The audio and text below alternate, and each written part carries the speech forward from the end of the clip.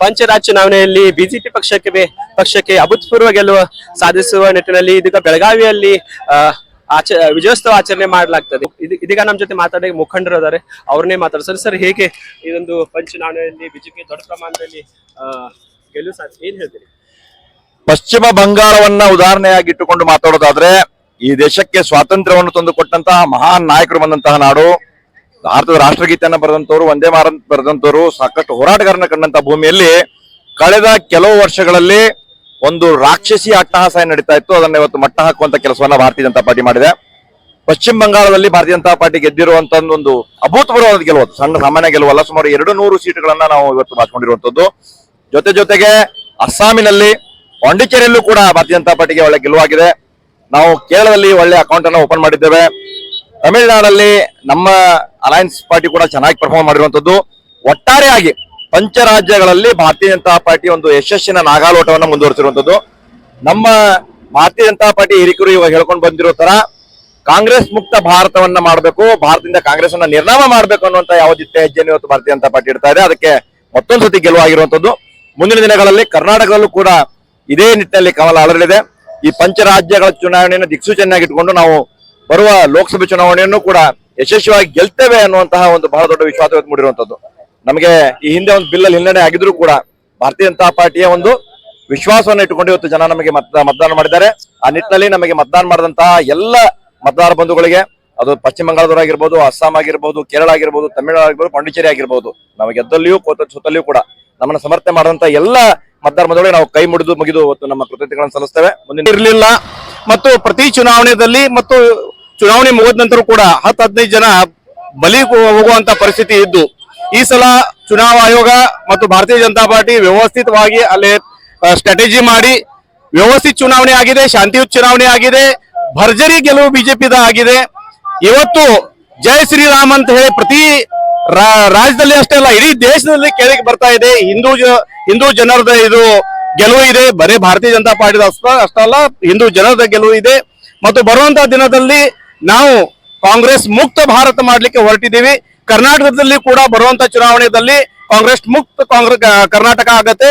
ಬೆಳಗಾವಿ ಗ್ರಾಮೀಣದಲ್ಲಿ ಕೂಡ ಕೇಸರಿ ಬಾವುಟ ಹರಿಸೋದು ಕೆಲಸ ನಾವು ಮಾಡ್ತೀವಿ ಅಂತ ಇಲ್ಲೇ ಹೇಳಿಕ್ಕೆ ಇಷ್ಟಪಡ್ತೇನೆ. ಸೊ ವೀಕ್ಷಕರೇ, ಇದಿಷ್ಟು ಏನಂದ್ರೆ ಪಂಚರಾಜ್ ಚುನಾವಣೆಯಲ್ಲಿ ಬಿಜೆಪಿ ಪಕ್ಷಕ್ಕೆ ಅಭೂತಪೂರ್ವ ಗೆಲುವು ಸಾಧಿಸುವ ನಿಟ್ಟಿನಲ್ಲಿ ಇದೀಗ ಬೆಳಗಾವಿಯಲ್ಲಿ ವಿಜಯೋತ್ಸವ ಆಚರಣೆ ಮಾಡಲಾಗ್ತದೆ. Point news bureau.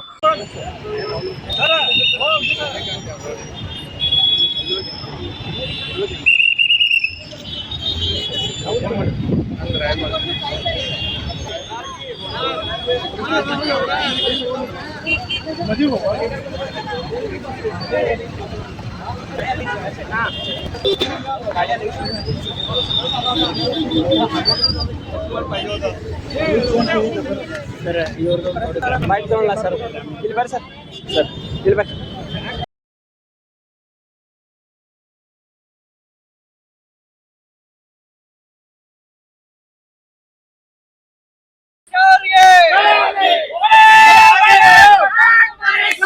ನೀವು ನೋಡ್ತಾ ಇದ್ರಿ, ಬೆಳಗಾವಿಯ ಚನ್ನಮಹತ್ವದಲ್ಲಿ ಇದೊಂದು ವಿಜಯೋತ್ಸವ ಆಚರಣೆ ಮಾಡಲಾಗ್ತದೆ. ಅಮಿತ್ ಶಾ ಅವರಿಗೆ ಜೈ, ನರೇಂದ್ರ ಮೋದಿಜಿ ಅವರಿಗೆ ಜೈ ಅನ್ನುವ ಘೋಷಣೆ ಕೊಡ್ತಾ ಇದ್ರಿ.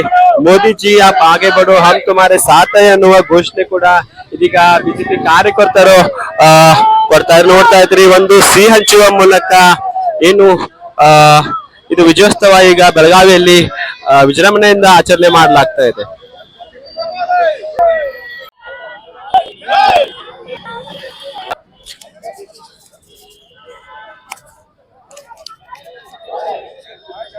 ನಮಸ್ಕಾರ ವೀಕ್ಷಕರೇ, ಪಾಯಿಂಟ್ ನ್ಯೂಸ್ಗೆ ಸ್ವಾಗತ.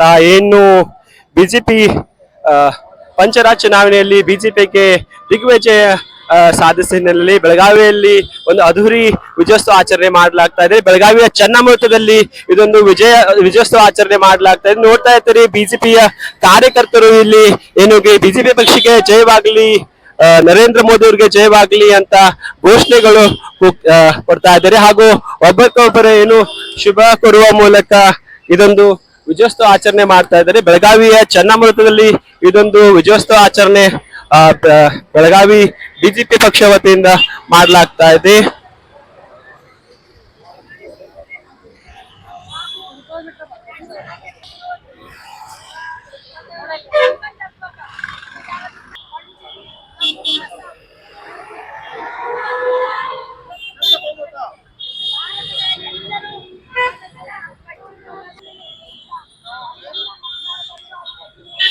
ನೀವು ನೋಡ್ತಾ ಇದ್ರೆ ಇನ್ನು ಬಿಜೆಪಿ ಕಾರ್ಯಕರ್ತರು ಹಾಗೂ ಪಾಲಿಕಾ ಸದಸ್ಯರು ಕೂಡ ಏನು ಒಂದು ಬಿಜೆಪಿ ಪಕ್ಷದ ಜೆಂಡಾವನ್ನು ತಗೊಂಡು ಇಲ್ಲಿ ಆ, ಏನು ಚನ್ನಮೃತದಲ್ಲಿ ವಿಜಯೋತ್ಸವ ಆಚರಣೆ ಮಾಡ್ತಾ ಇದ್ದಾರೆ.